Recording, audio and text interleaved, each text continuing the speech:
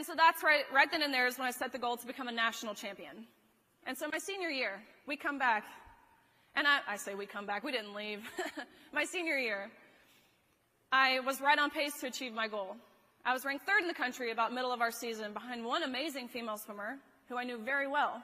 Because like in most sports, your top tier athletes, you know of each other regardless of where you compete in the country. And so this girl who was in 2nd, I knew.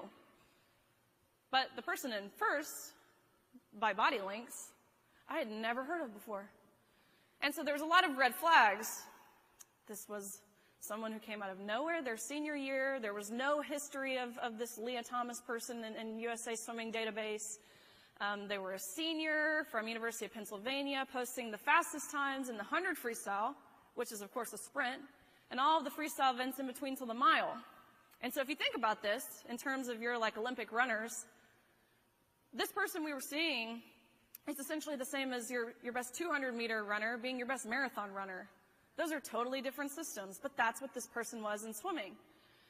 So again, lots of head scratching, talking to my coaches, my teammates. We had no idea who this person was until an article came out disclosing in a blip of a sentence, Lia Thomas is formerly Will Thomas and swam 3 years on the men's team at University of Pennsylvania before deciding to switch to the women's team.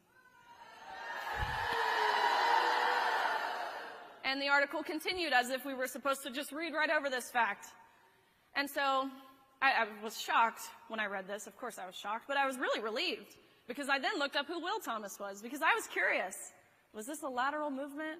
Was this someone who went from ranking 1st, now continuing to rank 1st, which of course it wasn't. This was a mediocre male ranking 462nd in the nation among the men the year prior to now, again, trailing the women. And that's why I say I was relieved. Because I thought the NCAA would see it how I saw it, how my coaches saw it, how my teammates saw it, how my parents saw it, how anyone with a brain would see it. But that is not how the NCAA saw it. They saw absolutely nothing wrong with allowing Lia Thomas to compete with us in the women's category. And so I got to personally witness and feel the effect that this infringement, this injustice had on myself and my teammates and my competitors. It might seem as if I've been some lone voice and lone face fighting for women's sports, but I can wholeheartedly attest to the tears that I saw from these girls who placed 9th and 17th who missed out on being named an All-American by 1 place. And I can wholeheartedly attest to the extreme discomfort that we all felt in the locker room when you turn around and there's a 6'4", 22-year-old biological man undressing fully intact with an exposing male genitalia in that same area where you're undressing. And I can wholeheartedly attest to the grumbles and the talks and the whispers, because that's what they were whispers, of anger and frustration from these girls who, just like myself, had worked our entire lives to get to that meet.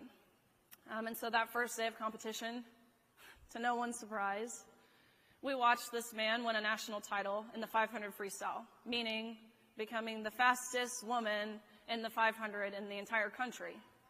Beating out, let me make no mistake, he was not competing against scrubs. These are Olympians. These are American record holders. This is the fastest meet in the world. Beat everyone in the country by body lengths. And this is a sport that's measured down to the 100th of a second.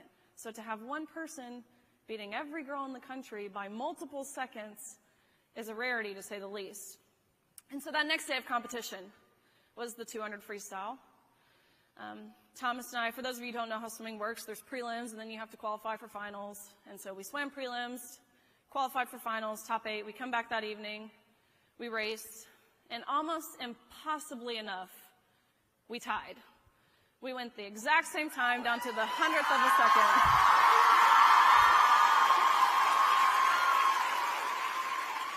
I know, it's kind of impressive to tie a 6'4" man, right? Yeah. But we tied, and so we got out of the water. We go behind the awards podium where the NCAA official looks at both Thomas and myself and says, "Great job, but you guys tied, and we only have 1 trophy, and we're giving this trophy to Lia." And so I was, of course, taken aback by this, and I asked why, which was the first time anyone had questioned anything the NCAA had done thus far, and they didn't know how to answer this. Well, we're just doing this in chronological order. Okay, well, G comes before T, so now what? And they said, well, Lia has to have the trophy for photos. We can let you pose with this trophy, but you have to give yours back. Lia takes the trophy home, end of story. And so this is ultimately what thrusted me over the edge, because I knew the unfair competition was wrong. I knew the locker room was wrong. We all did.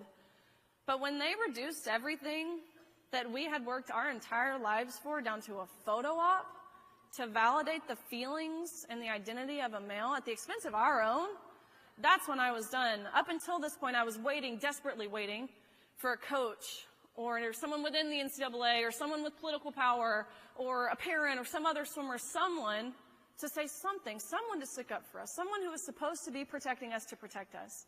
But I realized that's not what we were seeing, and so it slapped me across the face in these brief moments of us, standing on that podium. Some of you might have seen the picture where Thomas and I are standing there and I'm totally glaring at him. These are my thoughts. It slapped me across the face that if we as women, we as female athletes weren't willing to stick up for ourselves, we couldn't and we shouldn't expect anyone to stick up for us. This has to come from us. And so that's really why I'm here. I entirely, when I took this public stance, felt unequipped for what I'm doing, and I still feel extremely unequipped for what I'm doing. Clearly, I'm not a public speaker, but I knew it would be a disservice to not just myself, but the past female athletes who fought relentlessly for Title IX. Of course, the present female athletes who are silenced, and of course, that next generation of female athletes who doesn't yet have a voice or who don't yet understand the implications of what this means for them. In regards to the silencing, that's a piece I want to touch on.